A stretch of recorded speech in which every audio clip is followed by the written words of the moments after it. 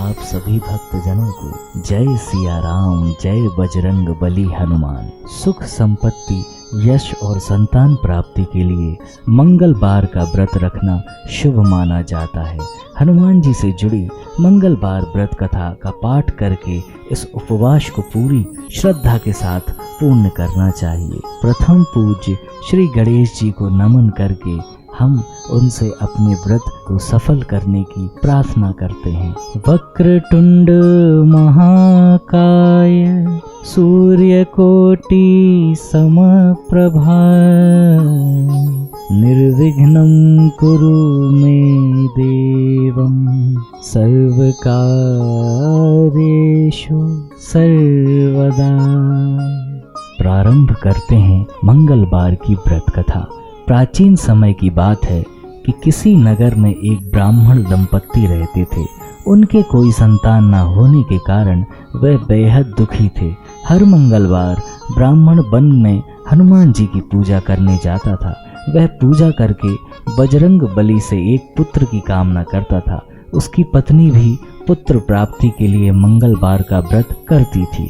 वह मंगलवार के दिन व्रत के अंत में हनुमान जी को भोग लगाकर ही भोजन करती थी।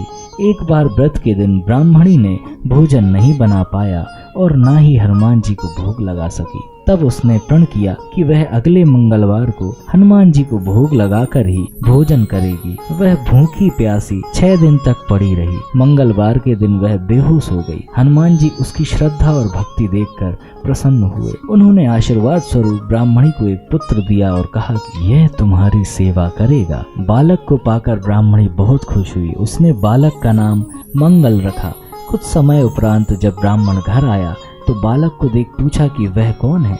पत्नी बोली कि मंगलवार व्रत से प्रसन्न होकर हनुमान जी ने उसे यह बालक दिया है। यह सुनकर ब्राह्मण को अपनी पत्नी की बात पर विश्वास नहीं हुआ। एक दिन मौका पाकर ब्राह्मण ने बालक को कुएं में गिरा दिया।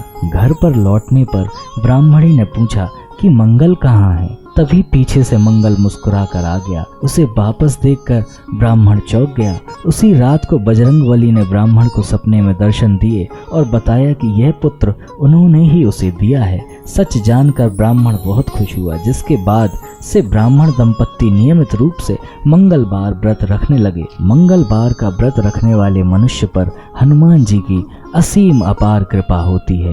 तो बोलिए जय सिया राम, जय बजरंग बली। और ऐसी ही कथाएं सुनने के लिए करिए लाइक, शेयर और सब्सक्राइब हमारे चैनल को। राम राम, जय सिया राम।